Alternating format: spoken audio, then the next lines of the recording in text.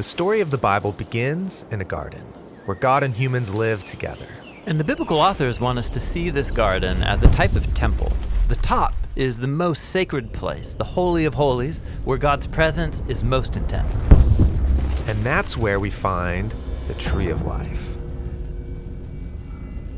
So, what's this tree all about? Well, it represents God's own life and creative power that is made available to others. In fact, God's first command is that humans eat from all of the trees, including this one. So you're ingesting God's own life. That sounds intense. Yeah, this meal transforms the one who eats it, or in the words of the story, it leads to eternal life. Okay, but on the way to the tree of life, the humans have to pass by another tree called the tree of knowing good and bad. And God says that eating from this tree will kill you. How does it do that? Well, it represents taking the authority to do what is good in your own eyes. And when humans do that, It leads to broken relationships, violence, and death.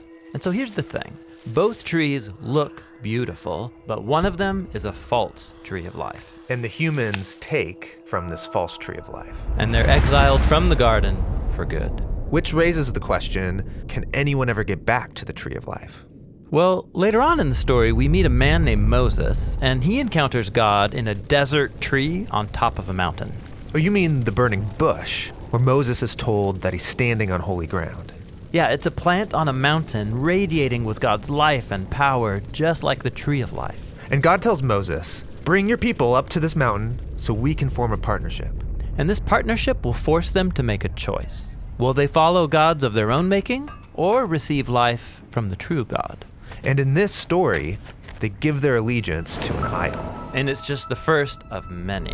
The story goes on to show generation after generation choosing gods of their own making. And these idols were usually placed on tall hills like beautiful trees. But they're false trees of life that lead the people into self-destruction, exile, and death. It's like death's grip on us is too strong to resist. Is there any hope? Well, let's turn now to the story of Jesus. He came to announce that God's eternal life was available once again through him. So Jesus thinks of himself as the tree of life. Yes, this is what he meant when he claimed to be the vine that brings God's life into the world. And Jesus invited people to eat from him. Yeah, he was inviting people to trust him and be transformed by his life. But Jesus also exposed how corrupt humans are, how much they love false trees of life. And so Jesus presented people with a new choice between life or death. And this time, they don't just choose death. They also chose to attack the one who sustains all of life. Yes, Jesus is led up to the top of a hill where he dies upon a tree.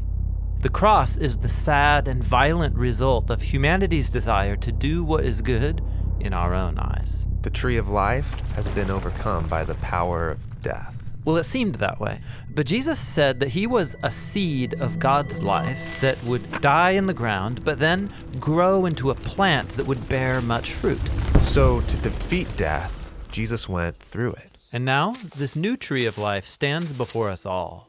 We can eat from it, but it will mean passing through death like Jesus, allowing our old way of being human to die. So that a new humanity can grow in its place. Yes, Jesus said he is the vine and we are his branches. So not only do you eat from this tree, you're invited to become a part of it, helping produce its fruit so that his life and love can spread through us to others. And so the story of the Bible ends in a new garden.